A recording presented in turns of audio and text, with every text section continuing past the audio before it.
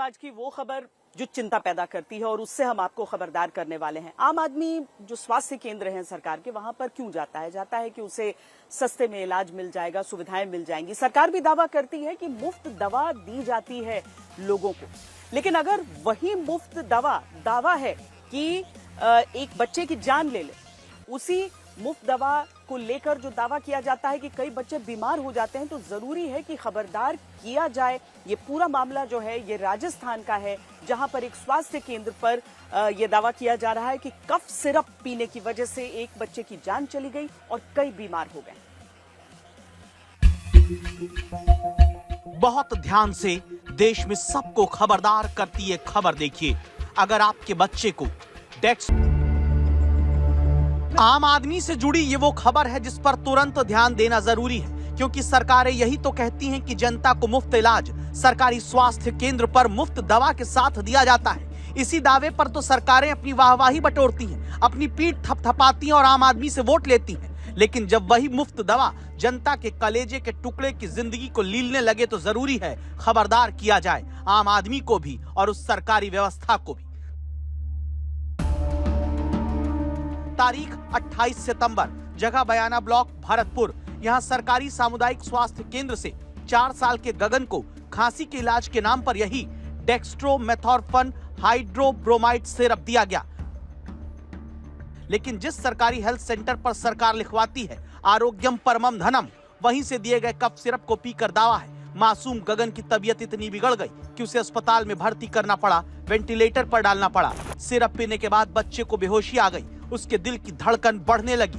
दावा है कि परिवार वालों की शिकायत पर जब उसी सिरप को खुद सामुदायिक स्वास्थ्य केंद्र प्रभारी डॉक्टर ताराचंद योगी ने पिया, उनकी भी तबीयत खराब हो गई।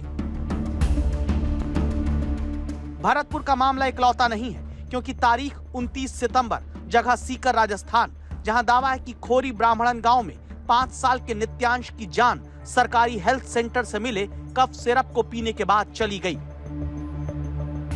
फिर वो हल्की सी उसको खांसी थी तो दवाई लेके आए थे चिराना CHC से उसके लिए। अब वो दवाई रात को 9 बजे उसकी मम्मी ने पिला दिया आधा ढक्कन।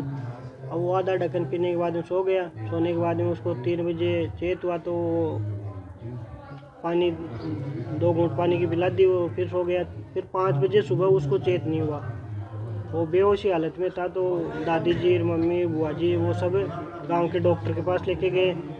फिर गांव के डॉक्टर साथ में जाके सीकर गए। सीकर के हॉस्पिटल में उसको मृत घोषित कर दिया गया। नित्यांश को खोने के बाद परिवार पर आसमान टूट पड़ा। जिस बच्चे को सरकारी हेल्थ सेंटर से मामूली खांसी सही करने के लिए दवा लाकर सोचा था कि वो स्वस्थ हो जाएगा, वहां दावा है बच्चा सरकारी सेंटर से मिले कफ सिरप को पीकर बचना तो छोड़िए, सांस तक नहीं ले पाया। वो बच्चा को यही दवाई दिलाई थी वो डॉक्टर। देख लो, ये गवर्नमेंट हॉस्पिटल से लाई गई दवाई है। कौन से हॉस्पिटल से लेके आए थे? चिराना CHC से दवाई लेके आए थे, बाकायदा गवर्नमेंट की दवाई है। अब ये खांसी की दवा है। अब हम तो ये चाहते कि ये कोई और बच्चा न पिए। इस पे ये कैसी बनी है, क्या बनी है, इससे बचा हमारा बच्चा तो गया आज के दिन। तीसरी दर्दनाक खबर जयपुर के सांगानेर से सामने आई, जहां 2 साल की बच्ची की हालत सरकारी स्वास्थ्य केंद्र से दिए गए कफ सिरप की वजह से बिगड़ गई। खांसी की दवा लेने के बाद सिस्टर कह रही है कि खांसी की दवाई दे के सुला दी थी। कहाँ से ली दी है दवाई आप लोगों ने? ये सांगानेर डिस्पेंसरी है अपना, सब्जी मंडी के पास, वहाँ से लेके उसको दी थी। उसके बाद में उसी की हालत में मिली तो ये फिर जयपुर लेके आए साकेत हॉस्पिटल में। कि हम जब भी कोई ड्रग या मेडिसिन प्रिस्क्राइब कर रहे हैं तो अपन उसकी क्वालिटी के लिए अश्योर्ड रहें, क्योंकि ये सारी चीज़ें इतनी डेलिकेट बैलेंस पे होती, क्योंकि बच्चे ऑलरेडी बीमार थे एंड वो दवाई कंज्यूम करके एक्चुअली और बीमार हो गए। सो बीमारी में हमें क्वालिटी पे कॉम्प्रोमाइज नहीं करना चाहिए।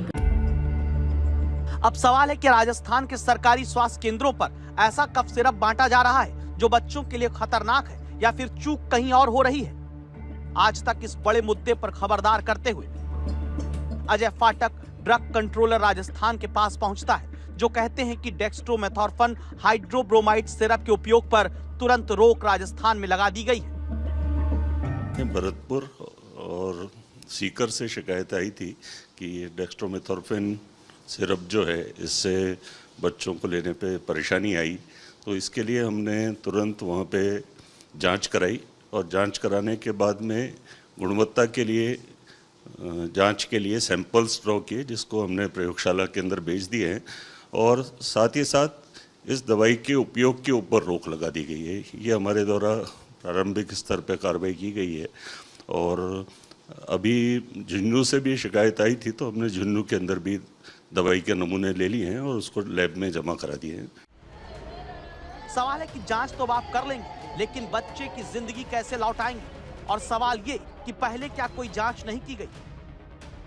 राजस्थान सरकार कहती है मुख्यमंत्री निःशुल्क दवा योजना के तहत हर दवा की जांच राजस्थान चिकित्सा सेवा निगम की तरफ से होती है। सरकार ये भी कहती है कि जून 2024 से ये दवा मुफ्त राजस्थान में बांटी जा रही है और पहले कोई शिकायत नहीं मिली। लेकिन जो बात स्वास्थ्य विभाग राजस्थान का नहीं बताता है, वो हम बताते हैं। ये दवा केसंस फार्मा नाम की कंपनी की तरफ से बनाकर राजस्थान में सरकारी स्वास्थ्य केंद्र पर दी जा रही है। अब इस कागज पर गौर करिए। 5 अक्टूबर 2023 का राजस्थान का ये सरकारी कागज कहता है कि इसी केसंस फार्मा की बनाई जाती खांसी की एक दूसरी दवा गुणवत्ता के पैमाने पर खरी नहीं पाई गई थी। ये सरकारी दस्तावेज कहता है कि 2 साल पहले केसंस फार्मा कंपनी नाम की बनी खांसी की दवा का इस्तेमाल नहीं करने को कहा गया, लेकिन वही केसंस फार्मा जब दूसरे नाम से कफ सिरप बनाती है तो फिर से राजस्थान में टेंडर हासिल कर लेती है और इसकी बनाई हुई दवा राजस्थान के स्वास्थ्य केंद्र में बंटने लगती है, जिससे अब तक 3 जगह पर एक बच्चे की मौत और 2 बच्चों की तबीयत खराब होने का मामला सामने आया है। नहीं, प्राइमा फेशिया ये जो दवाई है डेक्स्ट्रोमेथोर्फेन, इसके लिए जो DGHS की गाइडलाइंस जारी हो रखी है, उसके अंदर 5 साल से कम उम्र के बच्चों को ये नहीं दी जानी चाहिए। और जो केसेस आए हैं जिसमें बच्चों की तबीयत बिगड़ी है, वो 5 साल से कम उम्र के हैं ज़्यादातर। और ज़्यादातर जो है उनका इलाज होने के बाद में वो डिस्चार्ज भी हो गए। एक केस का जरूर ये आया है जिसमें कैजुअलिटी हुई है। ड्रग कंट्रोलर का ये बयान तो और खबरदार करता है कि अगर 5 साल से कम उम्र के बच्चों को ये कफ सिरप नहीं दिया जा सकता था, तो फिर सरकारी केंद्र पर कैसे बंटता रहा? क्या ये लापरवाही नहीं? और खबरदार करता दूसरा बड़ा सवाल, जिस फार्मा कंपनी का कफ सिरप पहले फेल पाया गया, उसी कंपनी का दूसरे नाम से बनाया गया कफ सिरप सरकारी केंद्र पर कैसे बंटने लगा? क्या इसमें किसी का भ्रष्टाचारी हाथ भी है? शरद कुमार, जयपुर, आज तक। तो ये कैसे संभव हुआ, ये जानने के लिए हम आपको सीधे लिए चलते हैं अपने संवाददाता शरद कुमार के पास। शरद, ये तो अजीब सी बात है कि जब पहले रिजेक्ट हो चुका है, उसी कंपनी का दूसरे नाम से आकर ये, और बच्चों की सेहत से, लोगों की सेहत से खिलवाड़ है। बिल्कुल श्वेता जी, ये कागज लेकर हम पहुंचे थे।